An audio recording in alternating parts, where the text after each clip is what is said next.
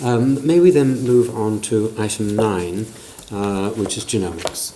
I'm going to invite Tim Kelsey to introduce the theme and Bruce Keogh to follow. Tim, over to you. Thanks, Malcolm. So the opportunities that genomic science presents to all health systems in the world, but particularly to the NHS, is enormous in terms of clinical benefit. And I think that Bruce will say something about that in a second. And we are very much, I think, at an historic moment for our patients. This particular paper is very important for NHS England. It launches, subject to the board's approval, a programme to invite trusts around the country to participate in the first major pilot project to investigate the potential of this new science for patients. And as the board will know, the Prime Minister challenged the NHS as a whole to sequence 100,000 genomes by 2017. And that's the first step, really, in unlocking the potential value of this for patients. So today, subject to the board's approval, we will launch a programme to encourage trusts to partner with us in the delivery of samples from patients who consent to that process. And by October, the trusts that we will want to partner with will be able to announce. So we'll want to come back to give you an update at that point. We're working in this programme very closely with the Department of Health, which has the lead responsibility for it, and also with Genomics England, which is the body appointed to work on delivering the sequences and the associated data with us. That working relationship has been, I think, is excellent. It's been very good. Obviously, Malcolm, you're on the board of Genomics England itself as our representative, and we will be working closely with them on developing the ITT formally when we start to partner with trusts. I just wanted to report to the board that we spent a lot of time working on the governance around this programme. It's clearly very important at one level that the public, patients, are taken with us on this journey, that this is something that's really careful and considered about the way in which it represents its benefits to people, and as I say, is a very much consent-based initiative. But alongside that, we now have a common, the Department of Health hosts an assurance board to make sure that the programme runs according to its objectives, but also does take very carefully sort of public interest. We inside NHS England have our own assurance board, which I chair, and Bruce is shortly to start chairing the Genomics Clinical Advisory Group, which will help us as NHS England determine the shape of the programme as we develop it. So perhaps I might leave it there and just in a sense actually finally just note that the board is asked to consider three things. First of all, to note the benefits of this potential programme, to agree the timetable for the selection of clinical partners. Those partners, once selected, will be denominated as NHS Genomics Medicine Centres, for the record, and ideally to approve the draft prospectus, which will be the basis of that site selection, which is before you as well. So, Bruce, I don't know if you wanted to add anything. Bruce, over to you. Thank you very much, Chair. It would be easy to think that this is just another kind of slightly obscure or technocratic initiative. But it's something that's really big, and it's going to be big for everyone. It's going to be big for the citizens of this country. It's going to be big for patients. It's going to be big for the NHS, and it's going to be big for our society at large. In the kind of history of medicine, a handful of things happen at moments in time which take us to places that we don't expect, don't understand, and bring enormous benefit. A typical example would be the invention of the microscope in the United Kingdom, which might have seemed a bit obscure at the time, something just of interest to a handful of biologists, but has eventually led to the transformation of our understanding of nature and our understanding of the pathology of disease and so on and so forth. And in particular, it led to the discovery of the cell. The next, or one of the other big things, would have been the advent or the discovery of X-rays, which suddenly enabled people to look inside the body, something which was subsequently to transform the practice of medicine and many aspects of science. And it was met in differing measures of enthusiasm and fear by the public at the time, as indeed possibly a genomics program might be. And then again, another major advance from the United Kingdom was the discovery of DNA and how it joined together and how it worked. And it enabled us to understand the concept of the gene, a kind of subcellular structure which helps to define the nature of an organism, of how people work, and of how things happen in the body. And when you put all of those genes together and you start to try and understand them, that gives rise to the science of genomics. And the sequencing of a whole human genome rather than just sequencing a single gene. The first genome took 13 years and cost $2 billion to sequence. The turning point that we've reached now is that we can sequence a human genome now in somewhere around 1 or maybe 2 or 3 hours, and we can do it at a fraction of that cost. Estimates vary, but certainly under $1,000 and probably closer to 200 or 300. So what we're seeing is the dawn of a new technology which has suddenly shifted from highly complex laboratories to availability for use in common clinical practice. We already know from studying single genes that it's enabled us to understand diseases such as cancer, to understand what mutations, and by that I mean faulty genes, can bring to disease, and most importantly, how it can enable us to focus very specific types of treatment on different diseases. So when I was a student, or even when I was training in surgery initially, there were about 4 different types of breast cancer and a limited number of treatments. Now we know from looking at genetic sequences that there are over 40, there are probably many more than that, and we're able to target treatments very specifically with that targeting based on an understanding of the genetic sequence that underpins that cancer. And similarly with adenocarcinoma of the lung, the treatment of that is almost entirely defined by the genetic sequence that underpins that particular cancer. And those are just by understanding tiny bits of the gene.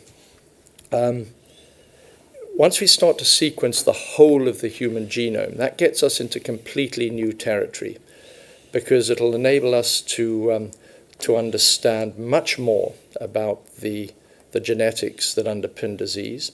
It'll enable us to predict the likelihood of different individuals ultimately developing certain disease processes, whether that be cancer or cardiovascular disease or others.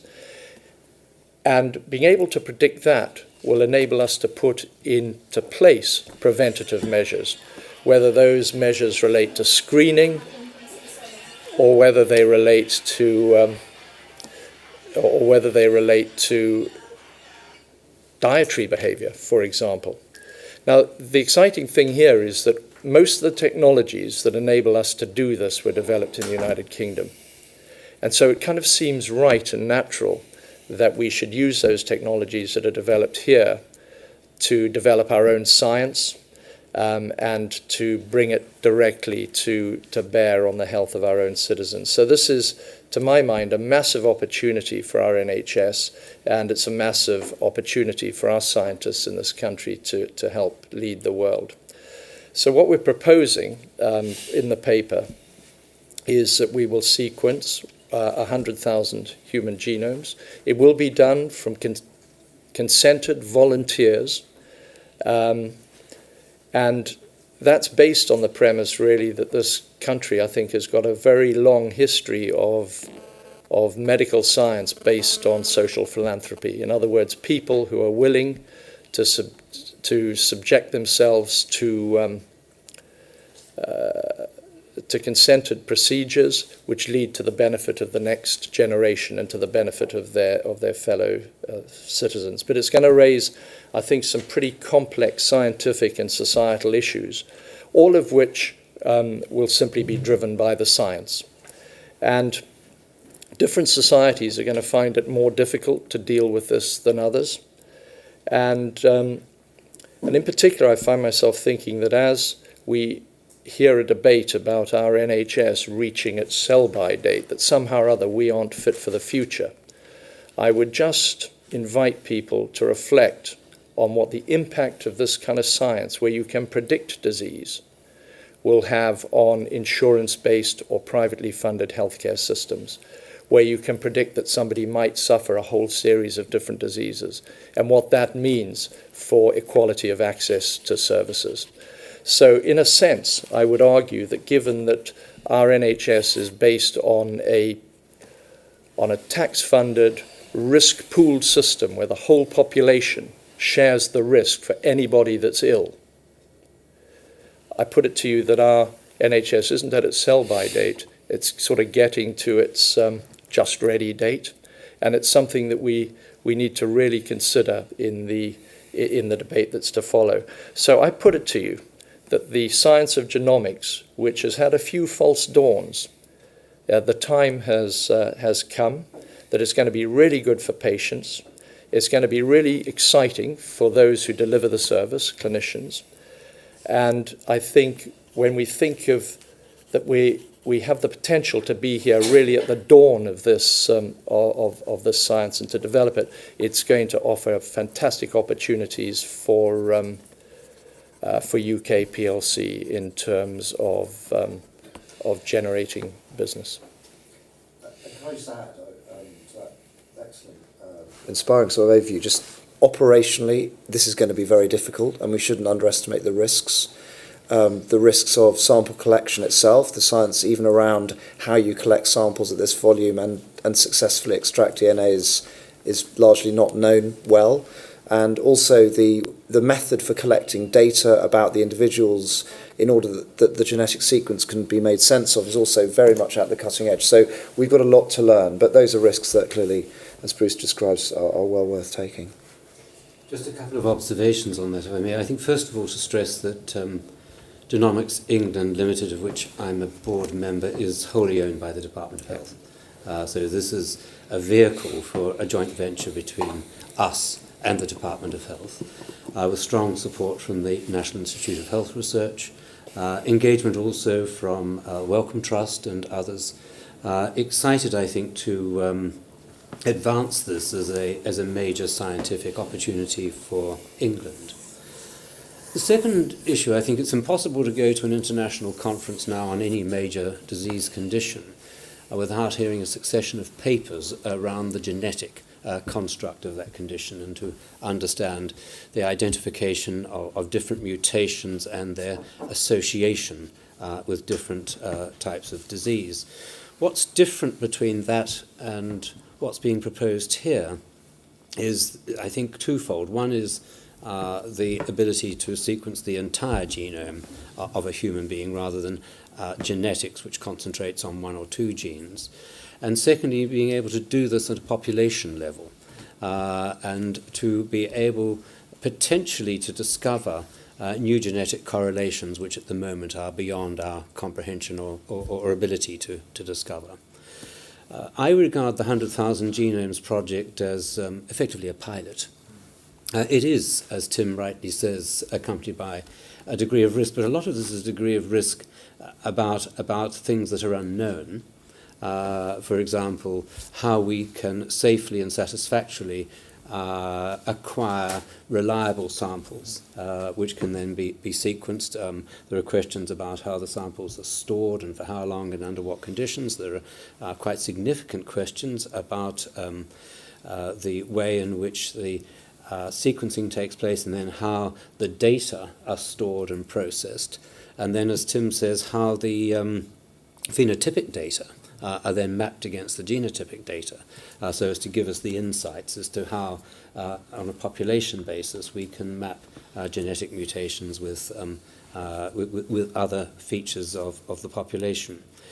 All of this is being based on individual patient-informed consent, and there's a lot of argument on the board of Genomics England about what that consent looks like, that it's not limited in time to a single transaction, but it has a continuing set of ethical responsibilities in relation to those who are part of the programme. The 100,000 genomes doesn't signify 100,000 patients because in relation to, for example, rare genetic diseases, it's often necessary to sequence not only the patient, but perhaps also the tumour, but also close familial relatives of the patient to try to understand how this looks in different generations and indeed in the same generation. The advantages of doing this in the UK, I think, are really quite profound. The first is the scientific leadership that the UK has already, I think, evinced in terms of being, with the US, the partner in the first sequencing of the human genome back in 2002. Secondly, the strong interest of our universities in participating in this programme and understanding the research potential for the population at large. And thirdly, I would say the unique situation of having a comprehensive health service in which this can be undertaken as a joint venture between two public services, between the comprehensive health service and also our universities and their public funding environment. So I think that it's exciting at a time when we see so many challenges to the sustainability of a fragile health service in current economic conditions, to understand that there is technology which is capable of being transformative in the way in which we identify conditions, we do diagnosis, we can do prevention, we can better understand prognosis, and we can better understand treatment. Pharmacogenetics more closely attuned to the genetic profile of individuals.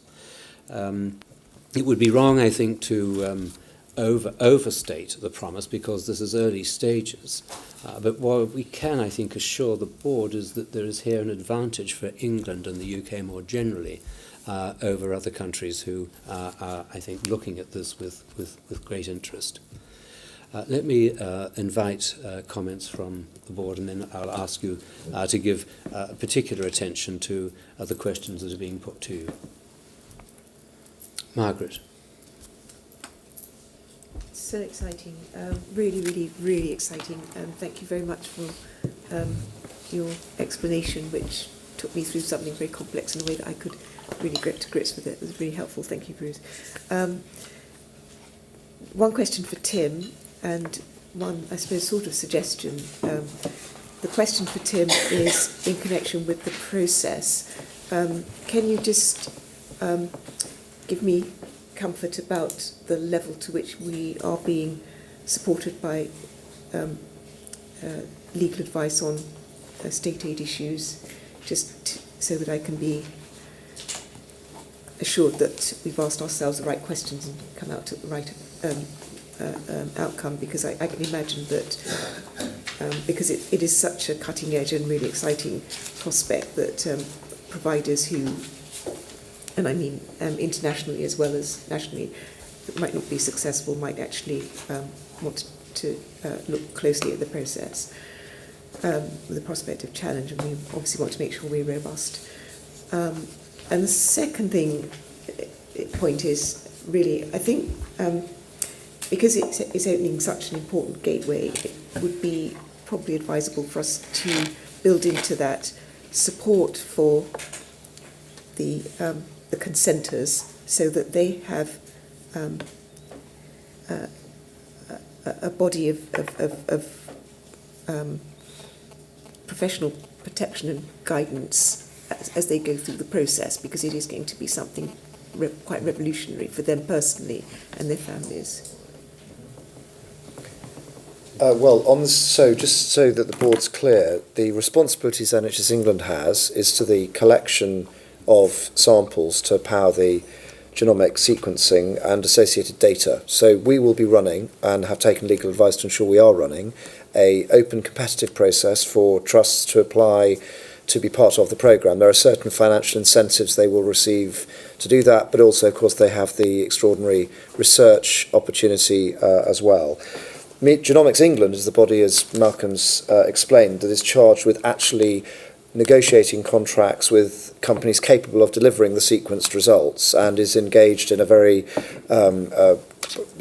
complex series of conversations to that end, certainly supported by very significant legal advice. But I'm not in a position to give a specific, but we don't have any responsibility in that connection. So in relation to sort of whoever might be eventually be selected for providing the sequences, that is a matter for Genomics England and not for NHS England. So our concern will be to make sure that the programme we run now for selection of partners is fair and open and so on, which it will be.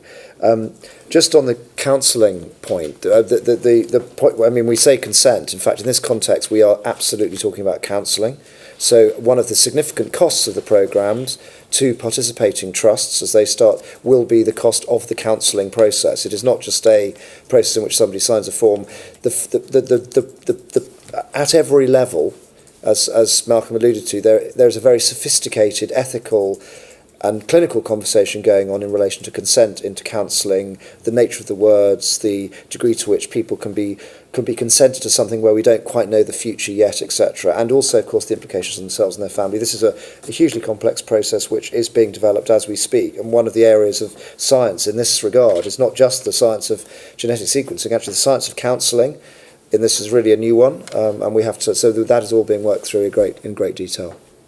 Just to add to that first part of Tim's answer, the procurement of the sequencing is being done through open OGU-compliant competition.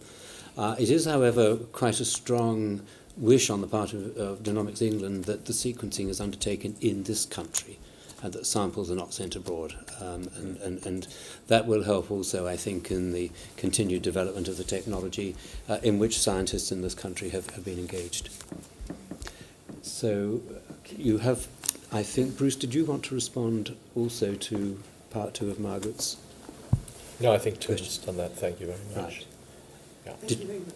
Okay, I've got Kieran and Victor. Kieran. Well, first of all, thank you, Bruce, for that thing about risk pooling. I hadn't quite clocked that and the implication of all of this. So thank you for that. Slightly glibly, can we make sure that no NHS institution using fax machines for patient notes kind of, I just couldn't cope with the cognitive dissonance of doing this amazing technology while same time we're doing some So we should strike off any potential trust that uses fax machines. in my humble opinion, it's a hobby horse. Yeah. But my question, how do we translate this into health improvement, health impact? Because we're great at inventing things, it's the usual problem, and then rolling it out on scale to really change the lives of people. How's that going to work? Well, I think that's part of where we're going to have to feel our way in the same way that some of the other interventions, we didn't know quite where they were going to lead. But I suppose, and this may be overstating it a bit, but imagine if you're a child born in years to come and you have your genome sequenced kind of on day one, and then there's a conversation with your parents that says, that your new child is at risk of cardiovascular disease at one level, or maybe at risk of colon cancer at another, then the child would be brought up with preventative measures. There'd be presumably dietary interventions and what have you. There would be targeted screening programs to pick up things at the earliest possible stage. So that's a sort of direction of travel that might begin to emerge. Okay. Can I just add something as well? What's been so interesting, even just over the last few months and weeks of this programme really beginning to start mobilising, is the degree to which, as Malcolm said, the academic community and the enterprise community is really beginning to put a load of weight behind this and investment. And it was last night, of course, here we are in Birmingham University already setting a standard in thinking differently about what bioinformatics related industries that will be driven from this kind of new science. And I think the opportunity for this country in relation to being amongst the world's leaders in analytics of the kinds of data that will flow from this is really, really an important part of how sense will be made of it over time. Victor? No, I think it's whiz-bang stuff, we've got to do it. A question, I was reassured by Leanne's response to Margaret's question, but I think there's another question which we just need to bear in mind, because there's a question of sort of almost how we lead people from where they are to where they haven't been yet seems to be the challenge, and it strikes me that we need to take the public with us. And I just wonder how we do that in terms of the everybody engaging with the huge possibilities and the risks and issues of trust. So it's more about how we do that, or indeed who does it. That's important. And clearly, we need to be a world leader in this area, but we also need to be a world leader in engaging all the public in this, because it's going to change the policy of health and social care, not just the practice. And that's the bit that I just want to just flag up, really, as something that we need to either lead, follow, or even possibly get out of the way of, but we need to be aware of. I think in the early stage, the groups that are being identified amongst the list of conditions, particularly rare inherited disorders, are enthusiastic about participating in the programme, and so too many of the cancer groups. As it were, in the pilot phase, there is already an engaged community. Your question, though, goes beyond that, I think, into the more profound potential implications for the health service. And I would say from that, again, it's a pilot, it's experimental, and I think we need to feel our way and to be able to demonstrate, actually, for that initial group, that there are findings that are of value. And they're not going to always be findings that are of value to individuals. Individuals who've had the sequencing done of their genome. It's actually for populations more generally. But I think the concerns of the board are well respected and understood. Well, may I then turn the board's attention, please, to the questions that are before you, and the noting of the role that we have as NHS England in supporting the project, which I think we've rehearsed fairly well around the table. But the second question is the Genomic Medicines Centre selection process and timetable. Are the board content to endorse that proposal? Right, thank you very much. And to publish the prospectus inviting providers to bid. Are we content to do that? Fine. Well, thank you very much. That's a very important item of business. Normally, in the interests of humankind, I would, after 2 hours of a meeting, suggest a break. Can I just check the mood of the meeting, because we have only the reports of the committee still to come, and to check whether you would be willing for me to continue, or Get on with it. the body language, if I may put it like that, seems to be positive. Great timing. You've asked that question 4 subjects earlier. For us to press ahead.